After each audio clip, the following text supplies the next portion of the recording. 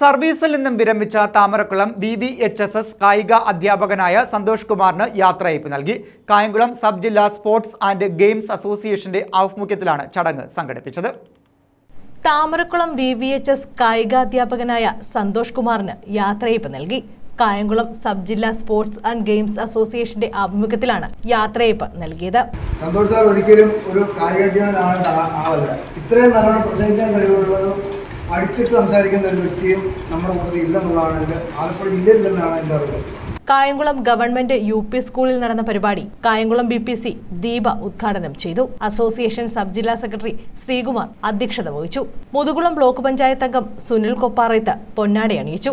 തുടർന്ന് മൊമെന്റോ നൽകി ആദരിച്ചു. സന്ദീപ്, രാജ്മോഹൻ, മുരളി, ജോസഫ് ജോർജ്, ബാബു വർഗീസ് തുടങ്ങിയവർ പങ്കെടുത്തു.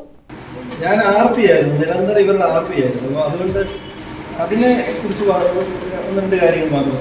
ഈ റിസർച്ച് പേഴ്സൺ നമ്മൾ ക്ലാസ് എടുക്കുമ്പോൾ നമ്മുടെ മുന്നിലിരിക്കുന്ന അധ്യാപകരായ നമ്മൾ കുട്ടികളാണ്. അപ്പോൾ അവർ നന്നായിട്ട് നമ്മളോട് പ്രതികരിക്കുമ്പോൾ നമ്മൾ കാര്യം പഠിപ്പിച്ച് കഴിയുമ്പോൾ അത് നന്നായിട്ട് ഇങ്ങോട്ട് പ്രതികരിക്കുമ്പോൾ നമുക്ക് ഒരു അധ്യാപകൻ എന്നുള്ള രീതിയിൽ നമുക്കൊരു അഭിമാനമാണ്.